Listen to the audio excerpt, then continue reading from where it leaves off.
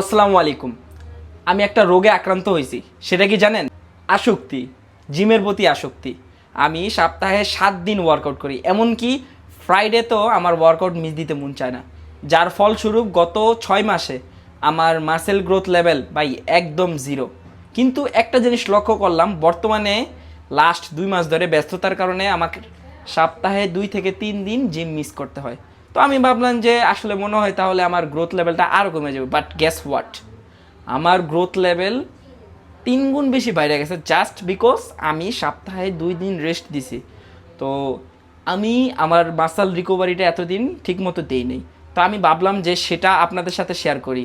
তো আপনারা যারা যারা সপ্তাহে 7 দিন বা 6 দিন ব্যায়াম করেন, তারা অবশ্যই সপ্তাহে 2 দিন রেস্ট দিয়ে দিতে পারেন এবং এক্সপেরিমেন্ট করে দেখতে পারেন যে আসলে আপনাদের রেজাল্ট কেমন আসে।